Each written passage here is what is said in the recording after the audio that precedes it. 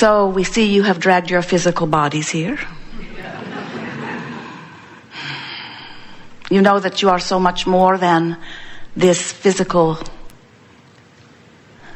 personification or extension, yes? You know you are vibration mostly, even though you have all of this flesh and bloody bones. You know that you are energy first and foremost, do you? It's an important place to begin, because everything that we are going to be talking about here is about vibration and law of attraction's response to vibration. And the most important thing for you to know about vibration is that you potentially have two vibrational aspects going on during any conscious waking moment. In other words, there is always the non-physical part of you pulsing. And then there is the physical part of you pulsing. There's the conscious thought that you are thinking now. And when you are focused upon something, you're offering a vibration. And that vibration matters because law of attraction is responding to it.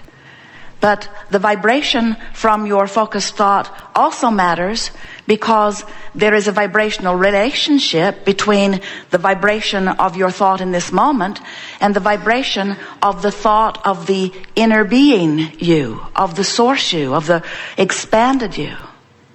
You sort of get that? Before you came into this body, you were source energy. And even though you're in this body, you are still source energy. So this source energy part of you pulses always, while this physical part of you pulses while you are awake and consciously focused. So when you sleep, you reemerge and you become one vibration. When you wake up, you're two again. When you meditate, if you do a good job of releasing resistance, you become one vibration. That's what we mean when we say your vibration raises. When you come out of meditation, you may maintain that one vibration, or you may go back to fussing and worrying on things and split your vibration. But there is the potential while you are in this physical body of being aligned or not, of being one vibration or two. Now, practically speaking, we don't want to give you the impression that you intended to come forth into a physical body and be only one vibration with source. If that had been your intention, you would not have come forth into this physical body. The reason you came forth into this physical body is because there are advantages to that separating of consciousness. There are disadvantages too, but the advantages far outweigh the disadvantages. The advantages are that in your perusing of the contrast of your time and place, by letting yourself focus upon unwanted things, you give birth to equal and proportionate wanted things. Really. When you know what you don't want, you know equally loudly, equally emphatically, equally with detail, equally what you do want. So if you really see something you really don't want, you launch a rocket of desire about what you really do want. If you sort of don't like that, then you sort of launch a rocket. It's always proportionate. The degree to which you don't want it is the degree to which you do want it. And so there are some advantages to letting it go till you really know what you don't want, because then you really know what you do want. And there are advantages to not letting it go so far because you live a more stable life. So do you get how there is an advantage to you coming forth and being a little split in your energy? Because the creative process of which you are an essential part says, step one, ask for something. Eternity and expansion are dependent upon you asking out here on this leading edge for something more. Well, you couldn't ask nearly as effectively if there were not contrast that helps you to define. This contrast helps you focus. So you said from your non-physical vantage point, I'm eager to go forth and I'll ask like crazy. Because I know that when I ask, which is step one, I'll launch those rockets of desire, that the larger part of me, the source that remains non-physically focused eternally, will become a vibrational equivalent to my new asking, to my constantly amended desire. Step two happens without your physical conscious awareness or involvement.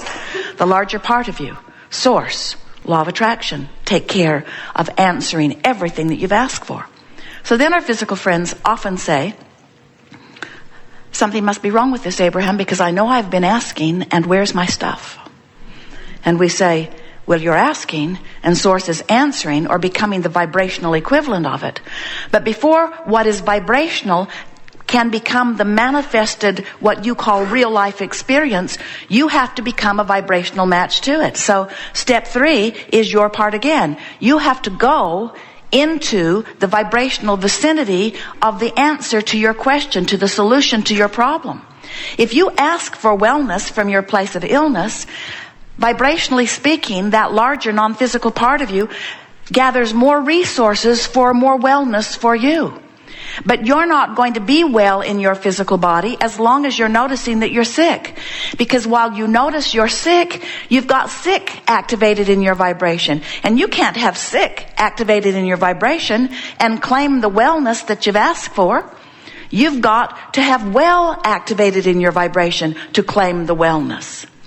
So you're beginning to see already what that means. That means if you are to expand from where you are in terms of physical well-being, in terms of financial well-being, in terms of relationship well-being, if something is to change for you from what is, then you've got to take your attention from what is, because your attention on what is only keeps what is active, and when what is active, you can't get anything other than more of what is. Oh, different places, different faces, but the essence of your life doesn't change unless your vibration does. So you got to figure out how to find a vibration of wellness when you're sick. And that's tricky, we know. It's not the easiest thing you've ever done. But you can do it, and if you do it, you'll be well. And if you can't do it, then you won't be well. If sickness is the most active vibration you got going on, even though you've asked, and even though it's answered, and even though all of the resources have been gathered in order to provide the path to your wellness, you're not letting yourself go down that path. And you can tell you're not for 2 reasons. You're still sick, and you're ornery too. In other words, your emotions are your indicator of what's going on between these 2 vibrational aspects of you. So the key is find a way to release your negative emotion, find a way to take an emotional journey, find a way to find thoughts that feel good emotionally, and if you can consistently maintain those better feeling thoughts so that you're emotionally feeling better and better, your circumstances have to adjust to that new place. But you've got to take the vibrational journey first, because everything is vibration before it manifests. You've got to find the vibration of what you want and practice it and hold it and maintain it and teach it to yourself until it's your most chronic vibration on every subject that matters to you. You can't be so upset about not having enough money, or so worried or so fearful. We're beating the drum of those thoughts. So worried or so fearful, I don't have enough, I don't have enough, I don't have enough, I don't have enough.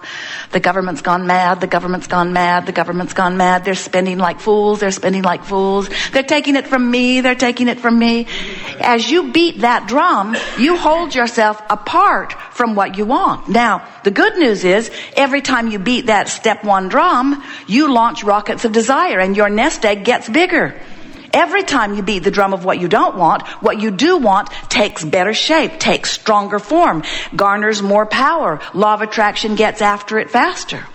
And we would like to draw your attention for the remainder of this day to what's going on over here, where the source within you dwells. We want to talk about where all those rockets go and what happens after you launch them. What happens to your rockets of desire? Where do they go? And who takes care of them? And what do they mean to you? Well, they go to this vibrational pitch, which we're going to refer to as if it is a place, while it isn't. We're going to call it the vortex. This vibrational place, this vibrational vortex of creation, this vibrational state of being, this vibrational state, this vibrational vortex where law of attraction now assembles all cooperative components for the fulfillment, for the complete, utter, in every detail you have imagined through life, a combining, a coalescing, a converging, a rendezvousing, call it whatever you want. It's law of attraction magnetically bringing together all cooperative components. So you launched a dream, and you know what? There is so much in this universe that is already a perfect match to your dream. And because there is so much that is already a perfect match, even the cells of your body are cooperative components. Because there is so much that is a perfect match, already assembled, all you have to do is be one of the cooperative components, and you'll be assembled with your creation. Now, to make this really accurate, we want to say to you that it might feel to you as you're sifting through life that life is causing you to create a car, but it isn't. It's created and expanded you with that car. You might think that contrast is causing you to create money. It isn't. It's creating you with more money. You are the creation. It's easier for you to hear when we talk about your body. The contrast helps you to create a healthy body. Well, you can say a healthy me. But what we want you to understand is that what you are creating, because you can't take yourself out of the picture, what you are creating, no matter who you are putting into your vortex, whether it's a government or whether it's a child or a lover or a parent, whatever you have as your object of attention, you are putting a new and improved version of your relationship with that in your vibrational escrow. So what you are the creator of is you and your life experience, the expanded, new and improved, always eternally improving version of you. So, now you're getting a better sense of what your emotions are telling you. Your emotions are saying to you, when you feel really good, your thought in this moment is allowing you to be all that you have become. But if you feel negative emotion, your emotion is indicating you are not allowing you to be all that you have become. You're holding back from what life has caused you to be. Your emotions tell you how aligned you are or how not aligned, how allowing you are or how resistant you are, how in the vortex you are or out of the vortex. This is the vernacular that is easiest to say these days, because if you think in terms of just getting in the vortex and you let that be your dominant intention, then you get in there with everything that you want and you live the happy life that you intended, you say. We are eager to talk with you about anything that is important to you. There is nothing that is off limits. It is our desire to help you to really get these vibrational aspects of yourself and understand what your emotions are telling you. Once you deliberately apply some processes and direct some thought and find your way into the vortex, and you're able to maintain your relationship inside the vortex predominantly, you will begin to announce to everyone, I'm not coming out. And the reason that you say that is because it feels so very good in there. Problems exist outside of the vortex, but solutions are in. And the vibrational difference between a problem and a solution is a big vibrational difference. Questions are outside the vortex, but the answer is inside. So a perfect life is to get in there and stay there mostly and pop out for an occasional question or an occasional problem, but then pop back in for the solution. In other words, don't make a career of hanging around outside the vortex. We know that that's where humans look for you before they give you a monument. We know that.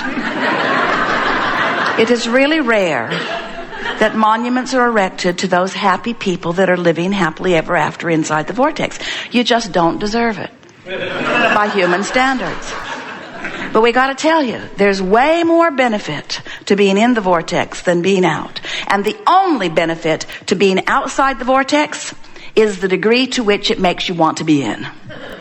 That's the only advantage of being out. In other words, it helps you sharpen and become more. But once you've become it, you really got to be it or you're not going to be happy.